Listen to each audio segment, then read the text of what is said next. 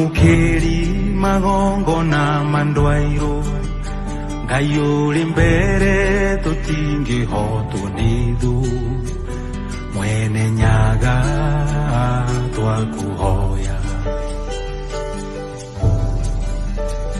Tuhoyaga wendani na gitio Naga nyingi cia wendo wa ruriri Uiguano wa Gikuyu na Mbumbi Mwene nyaga twakuhoya Ngai mwega we mutangiri waita Mwamukeri magongo na mandwairo Ngayuri mbere tutingi hotu nidu Mwene nyaga twakuhoya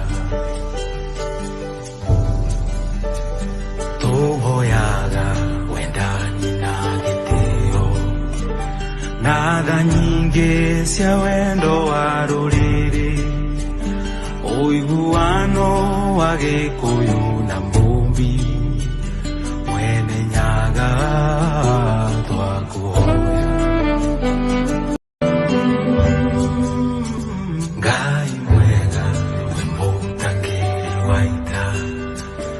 Mwamukeri magongo na mandwairo Ngayuri mbere tutingi hotu nidu Mwene nyaga twakuhoya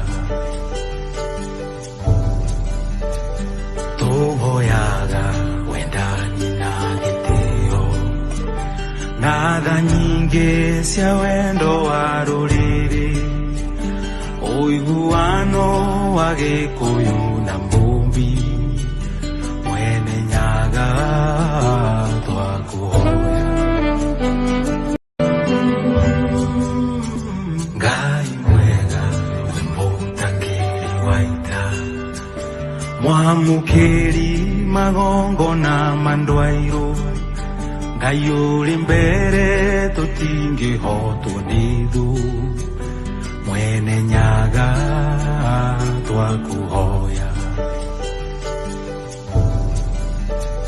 Tuhoyaga wendani na gitio Naga nyingi cia wendo wa ruriri Uiguano wa Gikuyu na Mbumbi Mwene nyaga twakuhoya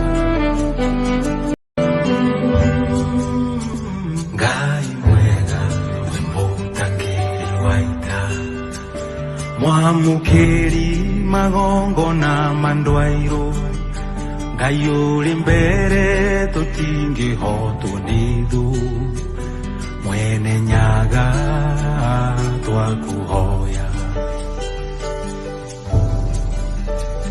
Tuhoyaga wendani na gitio Naga nyingi cia wendo wa ruriri Uiguano wa Gikuyu na Mbumbi Mwene nyaga twakuhoya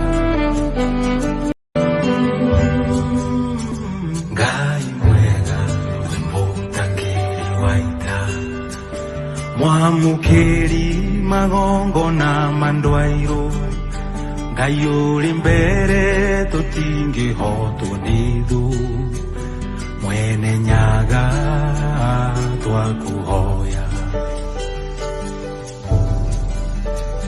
Tuhoyaga wendani na gitio Naga nyingi cia wendo wa ruriri Uiguano wa Gikuyu na Mbumbi Mwene nyaga twakuhoya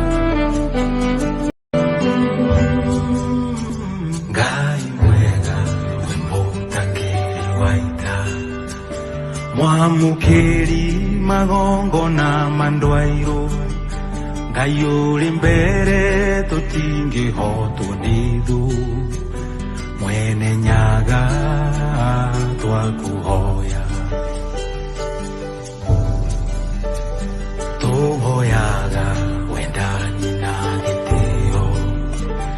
na tha nyingĩ cia wendo wa rũrĩrĩ, ũiguano wa Gĩkũyũ na Mũmbi.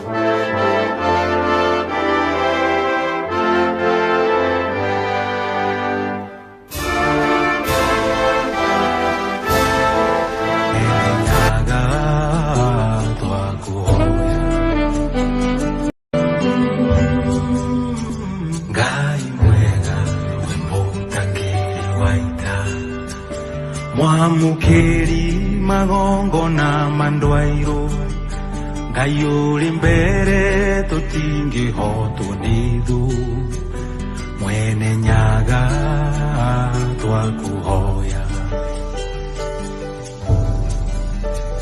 Tuhoyaga wendani na gitio na tha nyingĩ cia wendo wa rũrĩrĩ, ũiguano wa Gĩkũyũ na Mũmbi, Mwene Nyaga twakũhoya.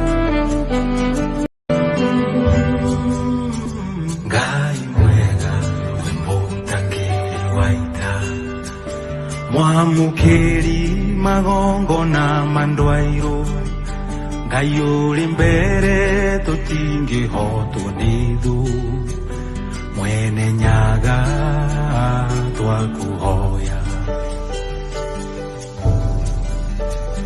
Tũhoyaga wendani na gĩtĩo, na tha nyingĩ cia wendo wa rũrĩrĩ, ũiguano wa Gĩkũyũ na Mũmbi, Mwene Nyaga twakũhoya. Ngai mwega we mũtangĩri wa ita, mwamũkĩri magongona ma ndwairũ, Ngai ũrĩ mbere tũtingĩhotwo nĩ thũ, Mwene Nyaga twakũhoya. Tũhoyaga wendani na gĩtĩo, na tha nyingĩ cia wendo wa rũrĩrĩ, ũiguano wa Gĩkũyũ na Mũmbi, Mwene Nyaga twakũhoya. Ngai mwega we mũtangĩri wa ita, mwamũkĩri magongona ma ndwairũ, Ngai ũrĩ mbere tũtingĩhotwo nĩ thũ, Mwene Nyaga twakũhoya. Tũhoyaga wendani na gĩtĩo, na tha nyingĩ cia wendo wa rũrĩrĩ, ũiguano wa Gĩkũyũ na Mũmbi, Mwene Nyaga twakũhoya. Ngai mwega we mũtangĩri wa ita, mwamũkĩri magongona ma ndwairũ, Ngai ũrĩ mbere tũtingĩhotwo nĩ thũ, Mwene Nyaga twakũhoya. Tũhoyaga wendani na gĩtĩo, na tha nyingĩ cia wendo wa rũrĩrĩ, ũiguano wa Gĩkũyũ na Mũmbi, Mwene Nyaga twakũhoya. Ngai mwega we mũtangĩri wa ita, mwamũkĩri magongona ma ndwairũ, Ngai ũrĩ mbere tũtingĩhotwo nĩ thũ, Mwene Nyaga twakũhoya. Tũhoyaga wendani na gĩtĩo, na tha nyingĩ cia wendo wa rũrĩrĩ, ũiguano wa Gĩkũyũ na Mũmbi, Mwene Nyaga twakũhoya. Ngai mwega we mũtangĩri wa ita, mwamũkĩri magongona ma ndwairũ, Ngai ũrĩ mbere tũtingĩhotwo nĩ thũ, Mwene Nyaga twakũhoya. Tũhoyaga wendani na gĩtĩo, na tha nyingĩ cia wendo wa rũrĩrĩ, ũiguano wa Gĩkũyũ na Mũmbi, Mwene Nyaga twakũhoya.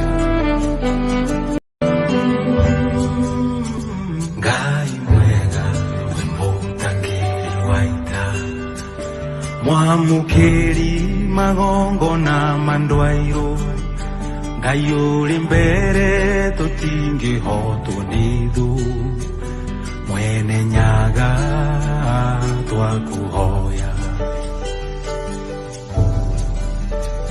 tuhoyaga wendani na gitio na tha nyingi cia wendo wa ruriri uiguano wa gikuyu na mbumbi mwene nyaga twakuhoya Ngai mwega we mũtangĩri wa ita mwamũkĩri magongo na mandwairo Ngai uri mbere tũtingĩhotwo nithu mwene nyaga twakuhoya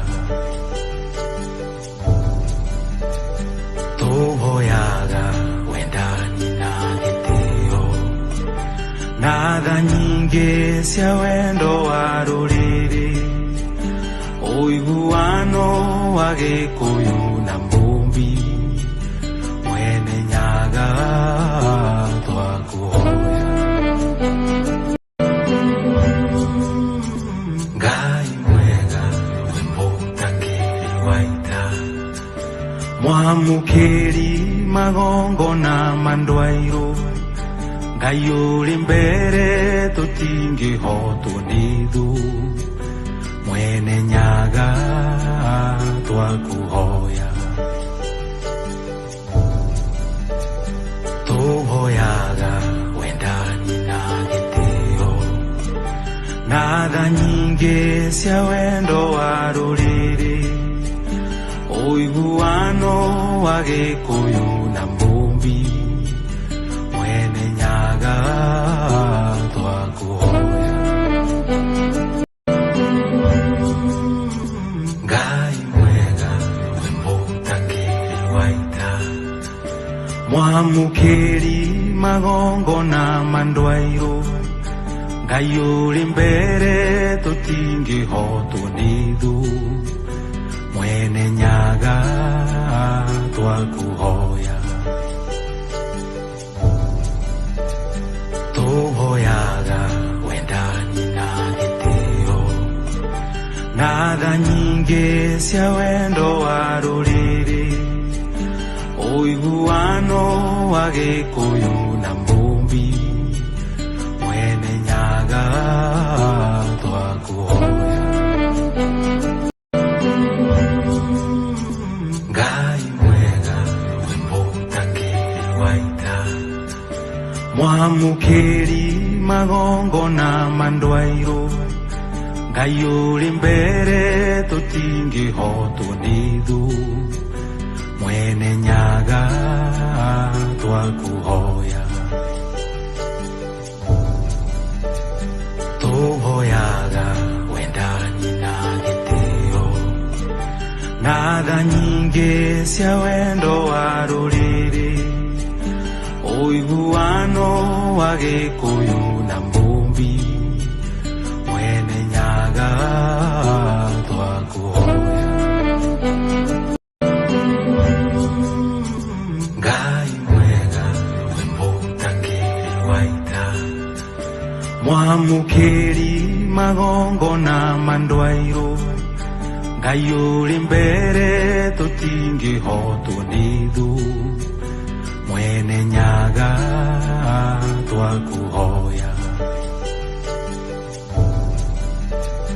tuhoyaga wendani na gitio na tha nyingi cia wendo wa ruriri uiguano wa gikuyu na mbumbi mwene nyaga twakuhoya Ngai mwega we mũtangĩri wa ita mwamũkĩri magongo na mandwairo Ngai uri mbere tũtingĩhotwo nithu mwene nyaga twakuhoya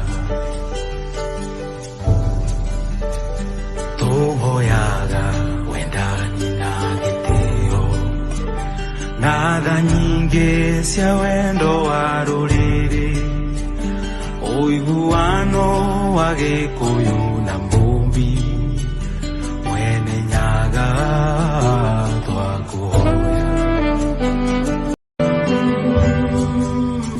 Ngai mwega we mũtangĩri wa ita, mwamũkĩri magongona mandwairũ, Ngai ũrĩ mbere tũtingĩhotwo nĩ thũ, mwene Nyaga twakũhoya.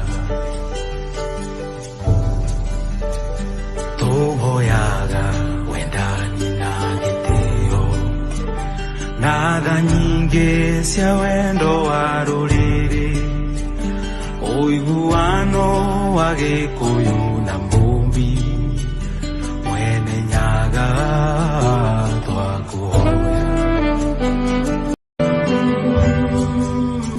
Ngai mwega we mũtangĩri wa ita, mwamũkĩri magongona mandwairũ, Ngai ũrĩ mbere tũtingĩhotwo nĩ thũ, mwene Nyaga twakũhoya. Tũhoyaga wendani na gĩtĩo, na tha nyingĩ cia wendo wa rũrĩrĩ, ũiguano wa Gĩkũyũ na Mũmbi, mwene Nyaga twakũhoya. Ngai mwega we mũtangĩri wa ita, mwamũkĩri magongona mandwairũ, Ngai ũrĩ mbere tũtingĩhotwo nĩ thũ, mwene Nyaga twakũhoya. Tũhoyaga wendani na gĩtĩo, na tha nyingĩ cia wendo wa rũrĩrĩ, ũiguano wa Gĩkũyũ na Mũmbi, mwene Nyaga twakũhoya. Ngai mwega we mũtangĩri wa ita, mwamũkĩri magongona mandwairũ, Ngai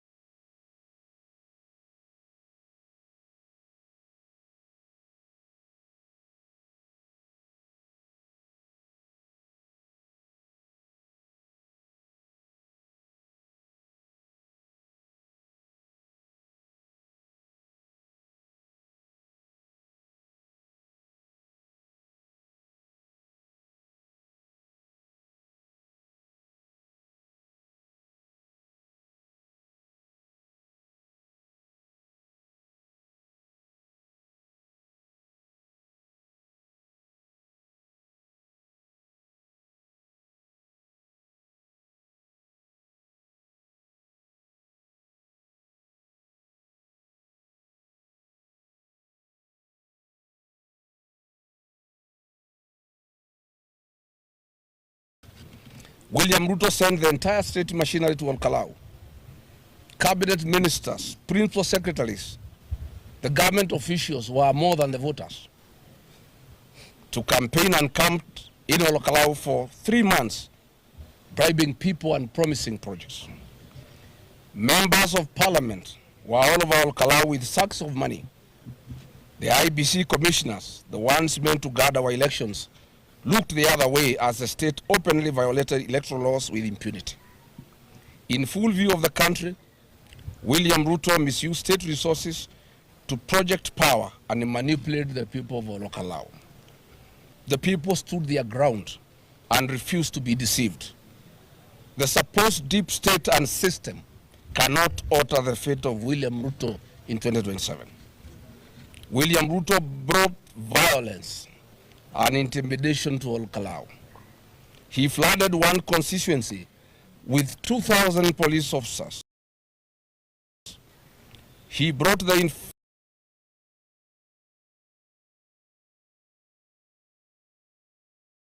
famous Sierra squad to Kalou, the one of the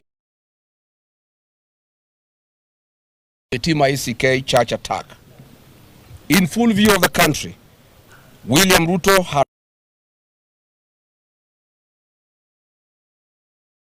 dating voters and trying to seize polling stations in attempt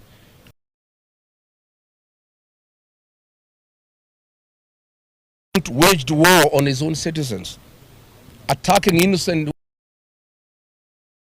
young people, queuing peacefully democratic right, and they were attacked by police thugs in hoods.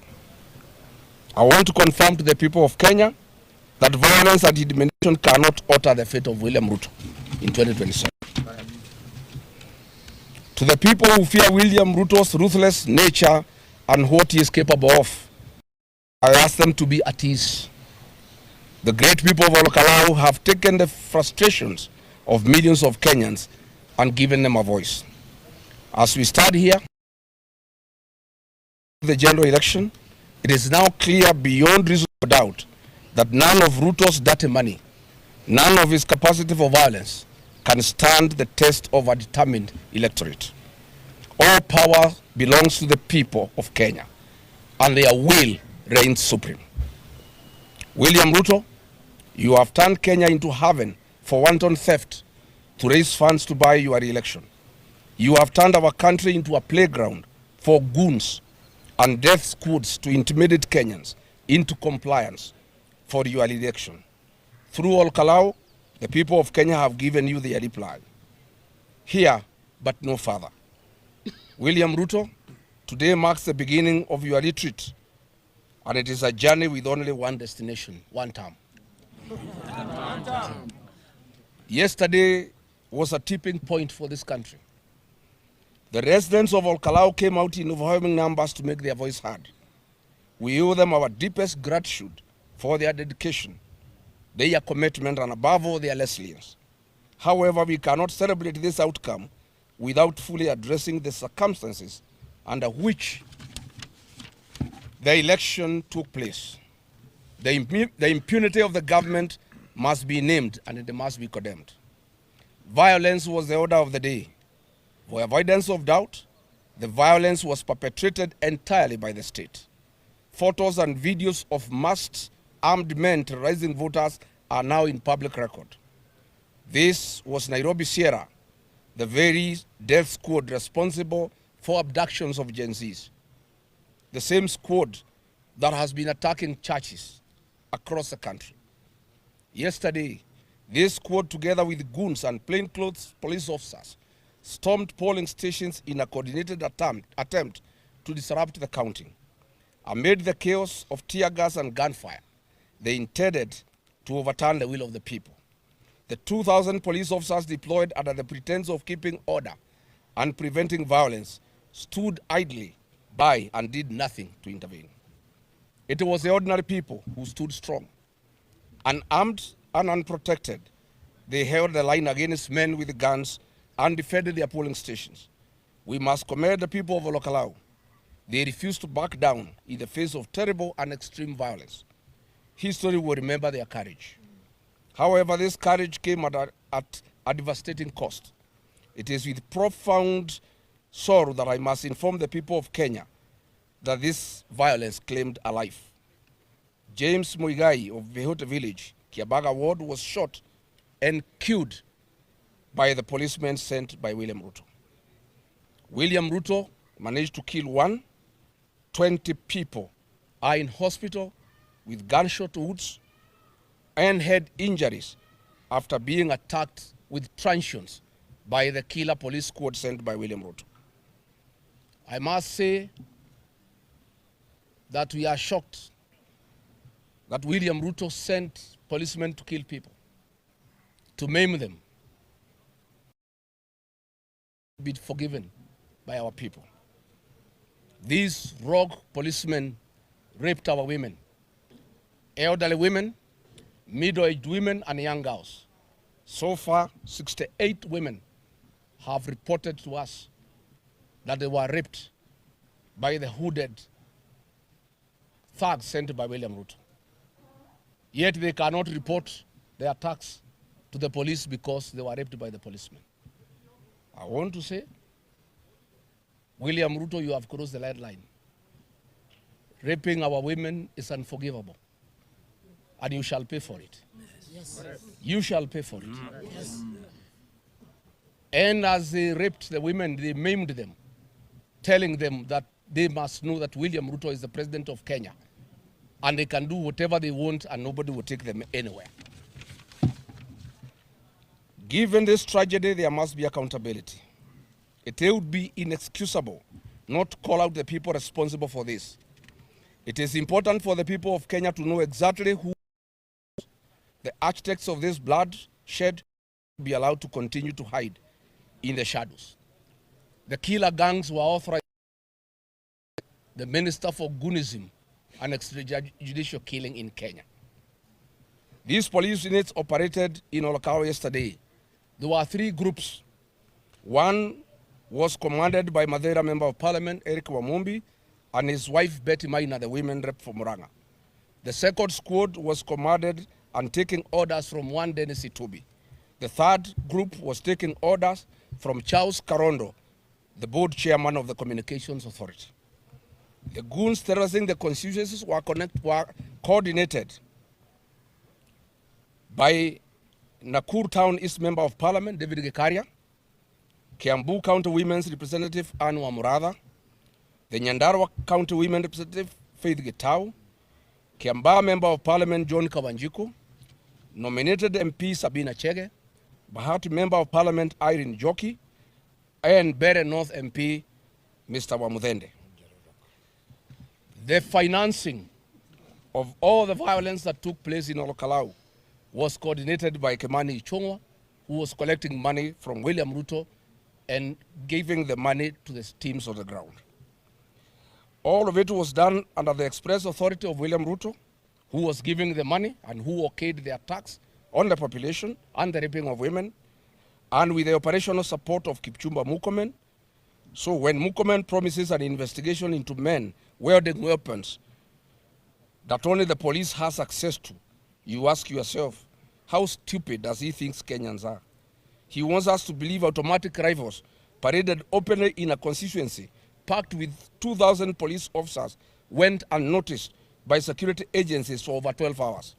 It is insulting that he thinks anyone can believe that. If Murkomen has called for an investigation, he must call for an investigation into his own person because he is the one who authorized these attacks in Olkalau. As we speak, the DCI Olkalau arrested our young people, the Gen Zs, on trumped-up charges. Some have been taken to court,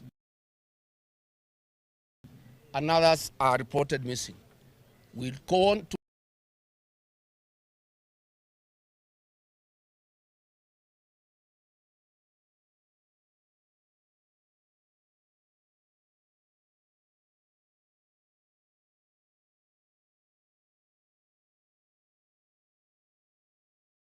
state throughout the electoral period They have said nothing.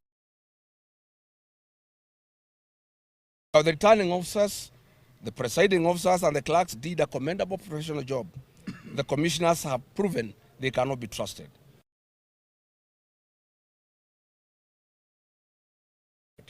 These things were plain for all to see, even as the...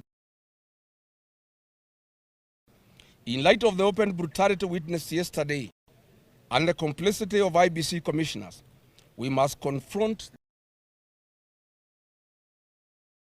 be a violent election and could give room to anarchy and civil unrest. Thankfully, the people of Kalou have given the template for what must be done. When the people stand resolute, the state cannot change the result. Violence from police and goons cannot change the result. A compromised IBC cannot change the result.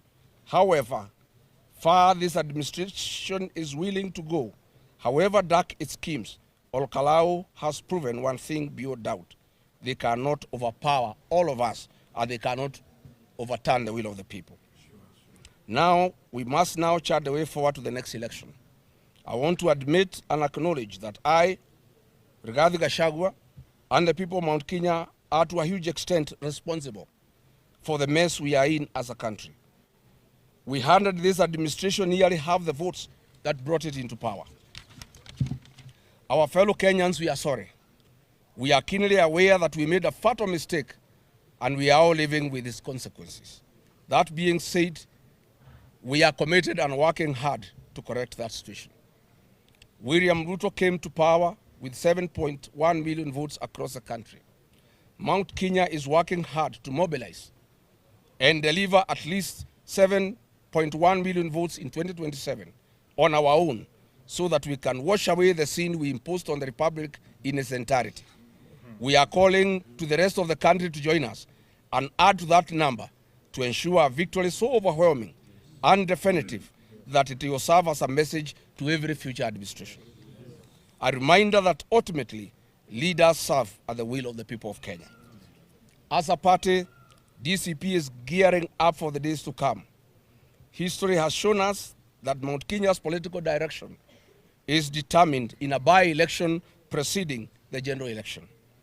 TNA came into power in 2012 in the Kagema by-election. UDA became the party of choice in 2021 after by-elections in Rurii and Kiambaa by-election. DCP has now delivered its first-born member of parliament in Kalou, and DCP today is a party of choice in the mountain. Yes. DCP is 1 year old with one member of parliament of Kalou, one MCA in Narok Town Ward, Narok County, one MCA in Kisa East, Kakamega County, and Kariobangi Ward in Nairobi County. We are a national party and it is our intention to field candidates in all 47 counties for gubernatorial, senatorial, National Assembly, and County Assembly seats. In accordance with our strategic plan, we have set up a necessary machinery and blueprints to secure a minimum of 20 governors, a minimum of 20 senators, a minimum of 145 members of the National Assembly, and a minimum of 720 members of the County Assembly across the country. To any aspirant considering DCP, come forward today.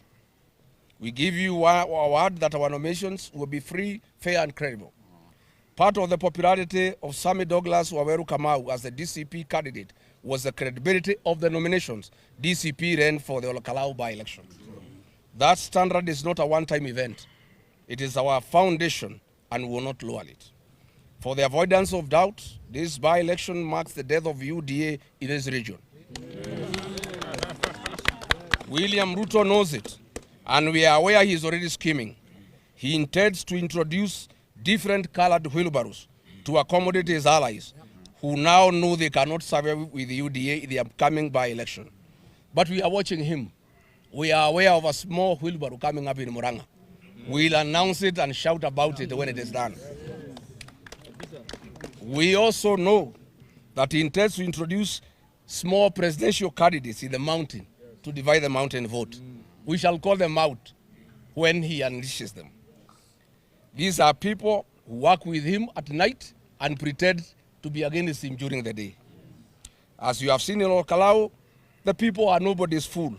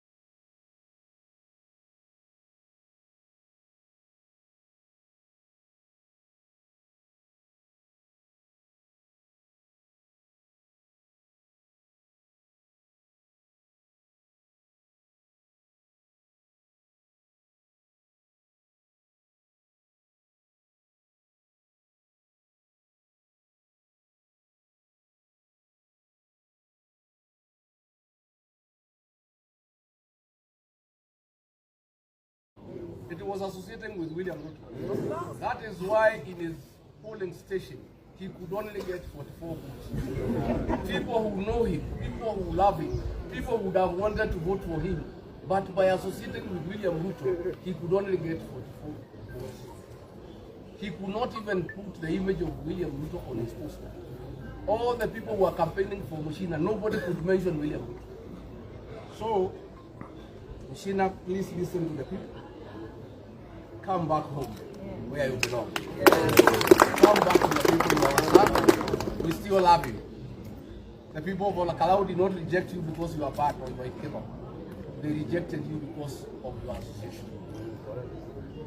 To John Meadow and Wanjiku Mohe, the gallant soldiers, thank you for with great leadership and extraordinary work. 2 years ago, I committed publicly to mentoring the next generation of leadership. I deliberately kept of this campaign to see whether my mentees have come to it. And I did ask Senator John Meru and Wanjiku Muya to lead the campaign. Many times they called me to come and join the campaign. But I wanted to give them the real test of leadership. I wanted to see whether they have the mettle, whether they have what it takes to provide leadership. I want to confirm today that John Meru has come to stage. And he can be trusted, not just to lead this community of mine, but Kenya as well.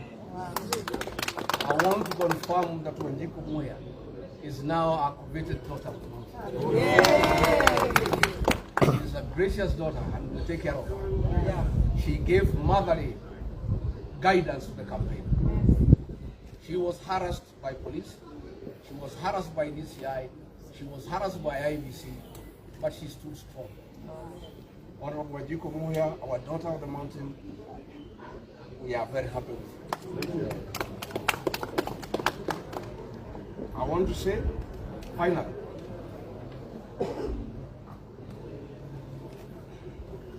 that there is no leadership vacuum in this region, and there will never be. I am very deliberate. I have a team of young leaders in every county, our 11 counties, that are mentoring. The 2 in this county have delivered. The others will deliver. I want our people to know that I'm one leader who must mentor young leaders and have a succession plan for our community. Never again shall this community find itself in the awkward position we found ourselves in 2022 with no leader who has been mentored. I'm going to mentor many great leaders, prepare them for leadership,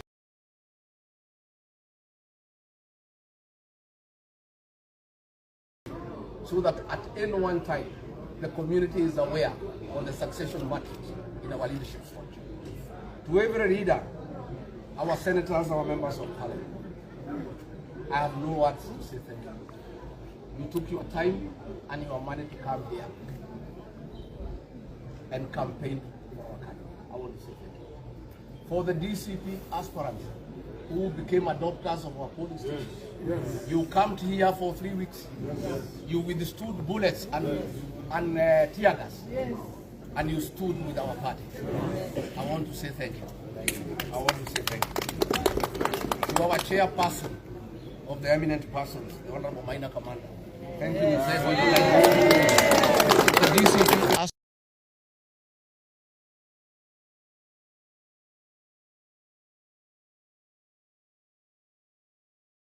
many times they were losing their temper, you calmed them. And you guided them that when you are winning, you don't respond to provocation. Yes. To our MCAs, yes, thank you. You are a great team. To the people of Kalou, you have made this country proud. You came out in overwhelming numbers despite the chaos. That when you are winning,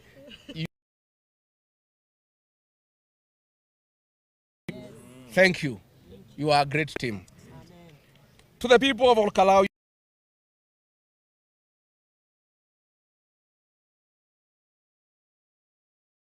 and voter turnout. Had William Ruto not brought violence, people of Kalou wanted to come out. I want to say thank you that despite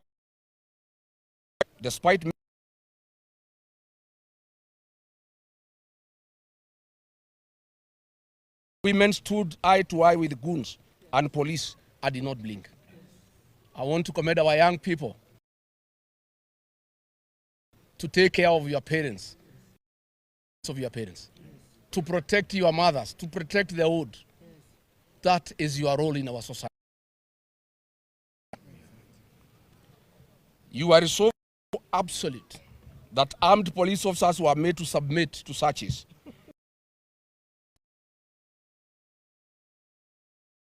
And search them. Yes. At one police and only gave back his gun after he identified himself. That I must say are the true remnants and the descendants of the Mau.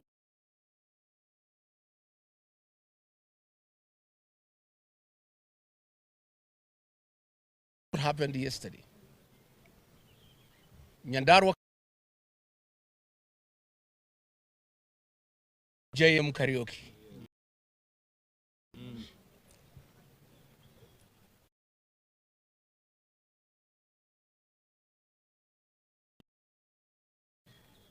Led the freedom fighters to chase away the British.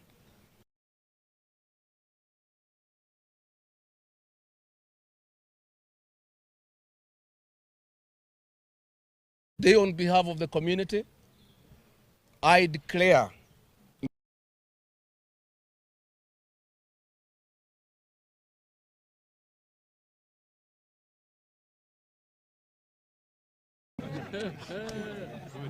well done.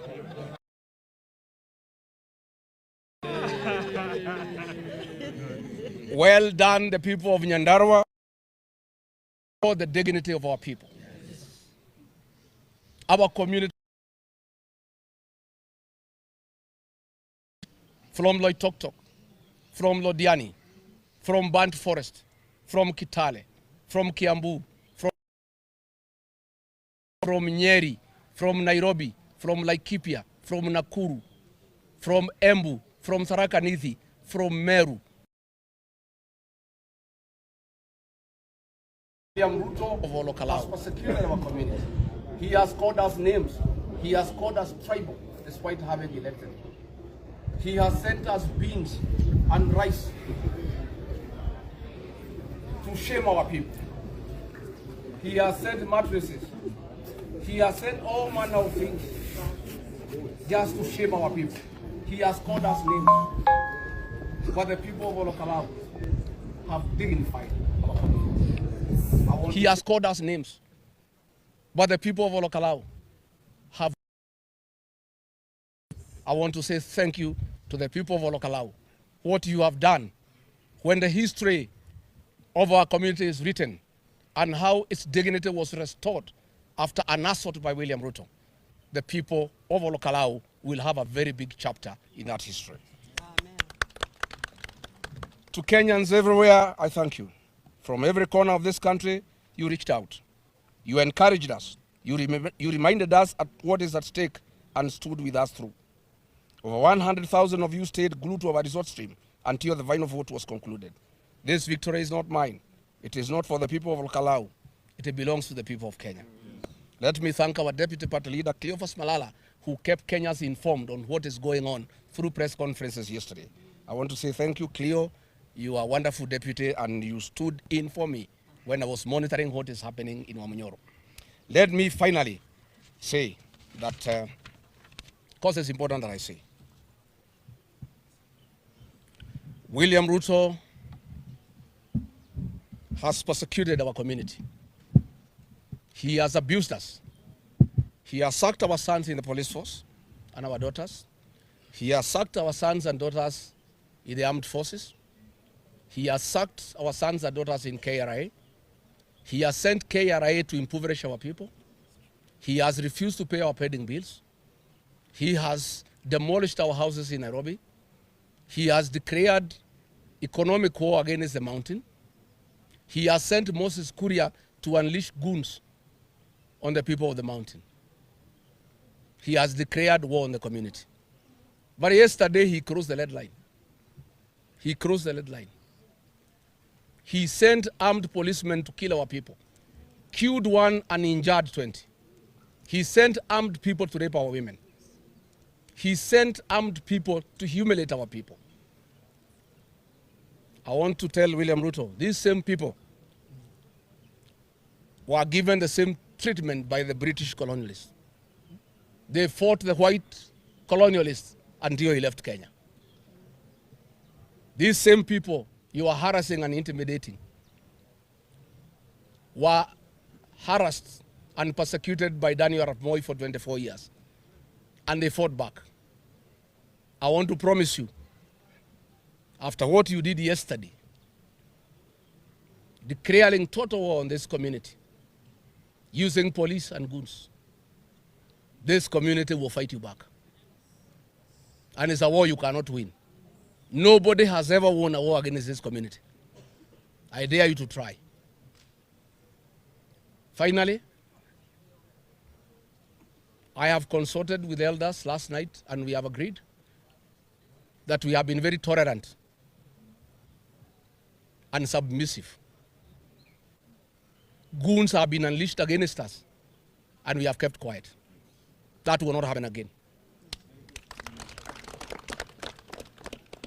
We are going to mobilize our young people to protect the community from goons and police. Yes. We mobilize our young people to protect our churches, to protect our leaders, to protect our businesses, to protect our meetings. Goonism will not be allowed again in the mountain. Amen. The right to self-defense is provided in our constitution. And since the state has decided to fight the community using goons, the community will avail its capacity to defend itself. And what happened yesterday is a template that nobody will intimidate this community again. Whether police are having guns, they will be resisted. Goons sent from outside this region will be dealt with. Goons from within will be dealt with. And that has been agreed on. As we deal with William Ruto, the fate of William Ruto is the same fate that will befall the traitors of the community. Today, I want to announce that all the people who are here to cause violence will be voted out in the next general election. Yes. I'm giving guidance to the people of Kikuyu constituency to wake up early next year to send Kimani Ichung'wah home. I'm giving guidance to the people of Kiambu to wake up early to send Anwar Murada home. I am giving guidance to the people of Muranga that Betty Minor should not attain 500 votes in the next year's general election. I'm giving guidance to the people of Madeira, where I come from, and I'm a voter. Eric Wamumbi should not get 100 votes. I'm giving guidance to the people of Bahati that Irene Joki must be sent home. I am giving guidance to the people of Kiamba, that little young boy that I assisted to become a member of parliament, who have become a disgrace to the people of Kiamba and the people of Kiambu. John Kawanjiku must be sent home. I am saying that Sabina Chege should never get any elected position within the mountain. I'm giving guidance that all these people from Nyandarua who abandoned their constituents and were here bribing people, the MP for Jororok Muchira, the MP for Kinagop Kwenya, the MP for Daragwa Gachagua, the women rep Faith Getau must be sent home. Yes. I am asking the community to view Moses Kuria as an outcast in the community. He has caused pain and suffering to the community. He is President William Ruto's advisor on how to persecute the mountain. He has organized goons to destroy businesses belonging to the mountain people. He has made goonism a culture in the mountain. The people of this mountain will never forgive Moses Kuria. Mwangi Kujore is the chief strategist advising William Ruto on how to persecute the mountain. The people of Laikipia must reject him in total. Amen. And I want to say, not just those I have mentioned, those are the ones who are actively involved in this violence. The one who oversaw the raping of our women. One of the most painful things in our community. Yes. When you rape our women, you touch our own nerve. Yes. And we can never forgive. Those people will be dealt with. Therefore, mimi nataka nishukuru sana Mheshimiwa, nataka nikupongeze. Asante sana. You fought a hard fight. Yes, sir. Against a president, a deputy president, 7 cabinet ministers, 16 principal secretaries, 91 members of parliament, a train, 2 boats, 2,000 police officers, mattresses, shoes, goons, 14 billion worth of projects, 1.1 billion in cash, and you became victorious. Wewe ni mtoto wa Mungu. Wewe ni mtoto wa Mungu. And I want now to officially welcome you to the Itungati movement. Thank you. Before your election yesterday we were 18, yes. Now we are 19. Yes. And we are very happy because our team is getting bigger. Please come and join our team. I have no doubt you will never betray our people. I am sure even if William Ruto offered you 100 million, you will not take. I am sure that they elected the best. Yes. And you can never betray the people of Kalou. You can never betray our community and you can never betray the people of Kenya. Nataka nikupongeze kwa ushindi.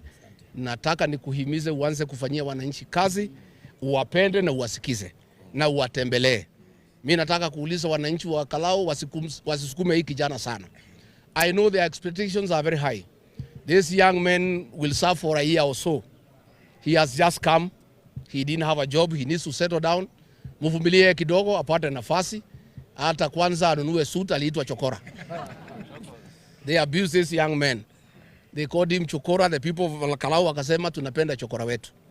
Wampatie nafasi ya settle down ndio wafanyie kazi. Kwa hivyo nataka niulize kwa heshima, ukuje useme jambo, useme shukrani kwa watu ya Kalou na kwa Wakenya. And I want to thank all those people who gave their financial contributions. Kamau's campaign was funded by well-wishers. As we have no access to public funds, even if we had access to public funds, we are not thieves. We will never steal public funds to invest in an election. All those who contributed money and equipment and T-shirts and caps, those who contributed vehicles for the campaign ya Mheshimiwa Kamau, nataka niseme asante. Hata wale mlipeana pesa kwa hii campaign, mnajua kabisa hii pesa ilitumika vizuri. Not even a cent was diverted. Because fighting 1.1 billion is not a joke. Fighting 14 billion is not a joke. Fighting goons is not a joke. Na wale vijana wetu jana, vijana 10,000 ambayo walilida hii kura na polling station, hao vijana ninawapenda sana. Hata nitawalika wa Munyoro wakuje ni wachinjie. Hao vijana ni mashujaa wetu. Those are our heroes and we are very proud of them. Na tunashukuru sana. Wacha tumkaribishe mheshimiwa aseme kitu kidogo.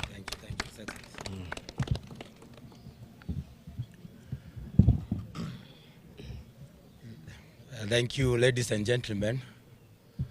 First of all is to thank God for this momentous occasion.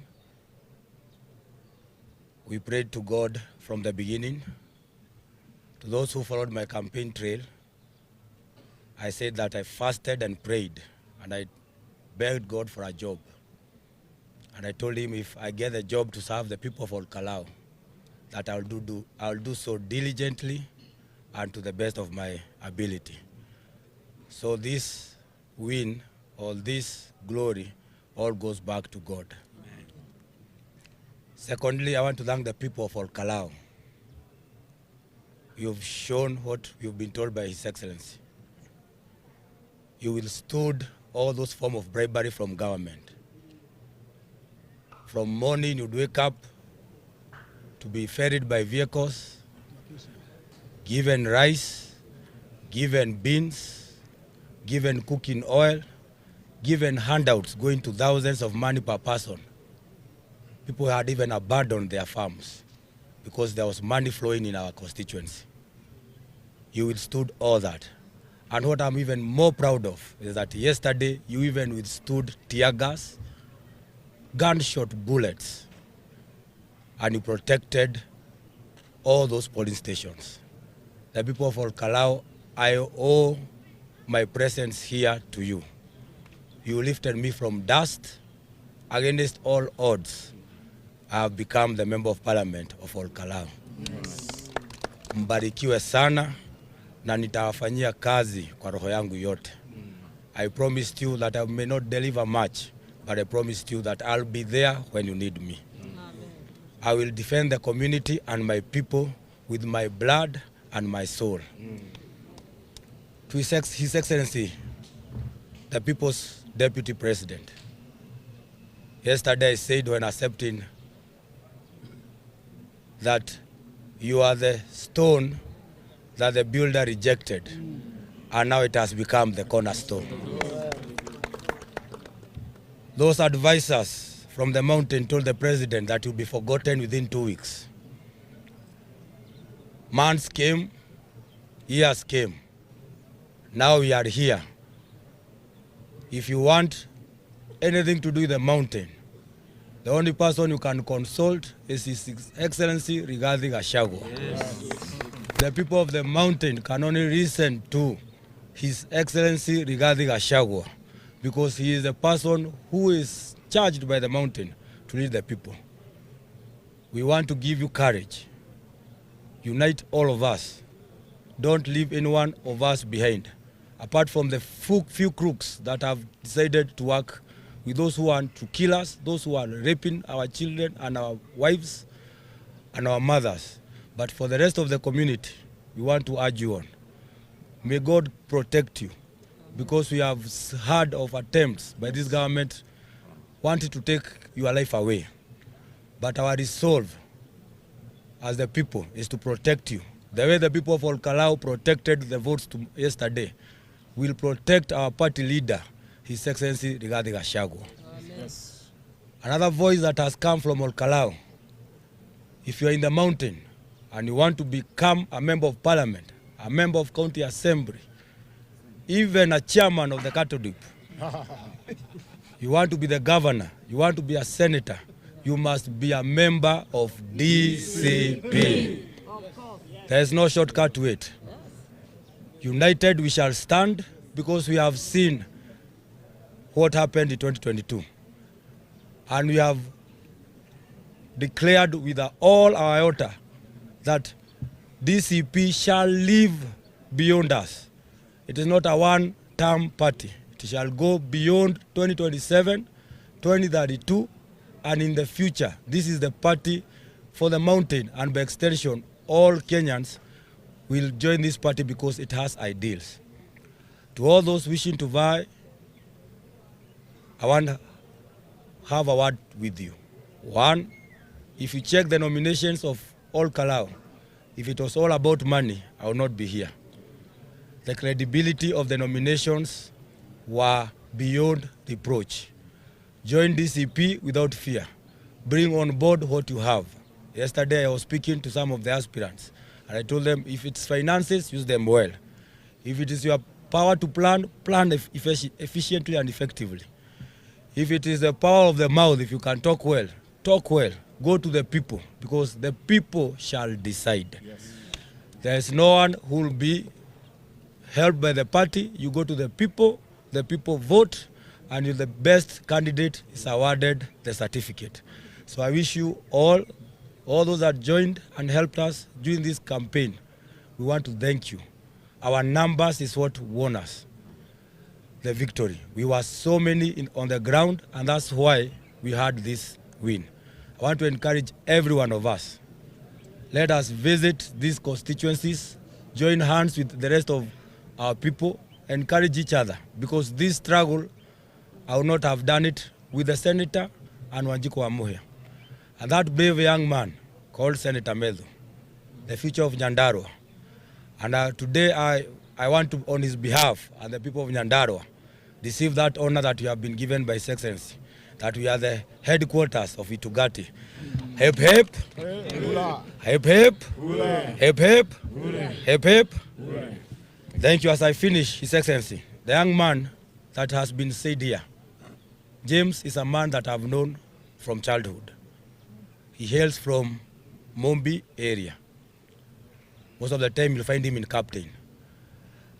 10 or 15 minutes before, we had chased those wounded thugs, and we left the police station and went to another area. He told me with his own words, little did I know that it would come to pass. He said that he will safeguard all the votes, even if it means his life. A few moments later, I was called by the person in charge we had placed in charge of the police station. And he told us that one of the guy had been wounded, just to confirm it is him. Few hours later, we confirmed that his life had gone. Rest in peace, comrade. You put in a brave fight. You are there to protect the community and the votes of your people. Your bravery will never be forgotten. As we lay you to rest, probably next week, we want to put a very strong voice to this government. The uniformed policemen performed very well. But what was worrying is that they had orders from other quarters. Because whenever those wounded thugs would approach, they never acted. They would even have access to polling stations. At St. Joseph, it took brave young men and women to pull them out. They were even firing at close range, at AC, at Mombi, at Simba. In Nyandundo, it is women who disarmed one of the thugs. We want to tell this government, we are not going the Haiti way. We love this country very much. But if that's what you want, we will take you and deport you to Haiti and leave Kenya for us. Kenya is a peaceful nation. We want it to remain as such. So I want to kindly request, with the permission of His Excellency, we honor that young man that died by giving him a minute of silence.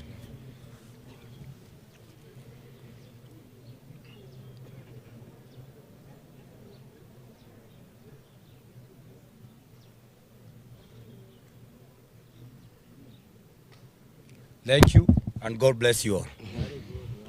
No. Hii kijana ameanza kazi. I'm very encouraged. Anasema hii akina Kasongo akina Mungumen waende Haiti. Wawache sisi hapa. Let me also take this opportunity to thank the media for the great role you have played in highlighting the excesses in Kalou, in matters bribery, in matters violence. I am sorry the Nation group was attacked yesterday in Kalou. Journalists were beaten, their communication equipment was confiscated. We want to say pole. I have read the newspapers today. You have captured accurately what happened. But the IBC is saying the election was okay, there were no incidents. So please, for the state, this country depends on you. We are in difficult times as we prepare for 2027 with the president and CS for Gunism, who are intended to get back to power through violence. You have a duty to this country to keep on exposing and highlighting the excesses of this administration. Kwa niaba ya timu yetu yote, nataka niseme asante kwa wanahabari. And some of you were attacked, others were hurt with us. So continue doing the good job you are doing, continue calling out this administration, continue informing the people of Kenya what is going on. Kwa hivyo tunaalika nyinyi, sisi naenda msafara kuambia wananchi asante, mkipata nafasi tukuje mtembee na sisi. Leo hakuna guns, wamerudi Nairobi. I hear they are in Nakuru, some of them. Na hoteli ilikuwa natumika kupanga hii kazi yote ni ya Susan Keheka. They grabbed hapo karibu na State House. They grabbed land there that was meant for the hospital. Bwana ya Keheka akajenga hoteli hapo. Hapo ndio hii wakora yote ya Kasongo walikuwa napangia ukora ya kuumiza watu wetu. Kwa hivyo watu ya Nakuru, huyu Susan Keheka pia lazima akuwe one time. Kwa sababu ametusumbua. Wameiba mali yote ya Nakuru County. On top of that, wanapeana hoteli ya kupanga wahuni ya kuja kuumiza watu ya jamii. So tunataka pia hao washughulikiwe. Asanteni sana. Thank you.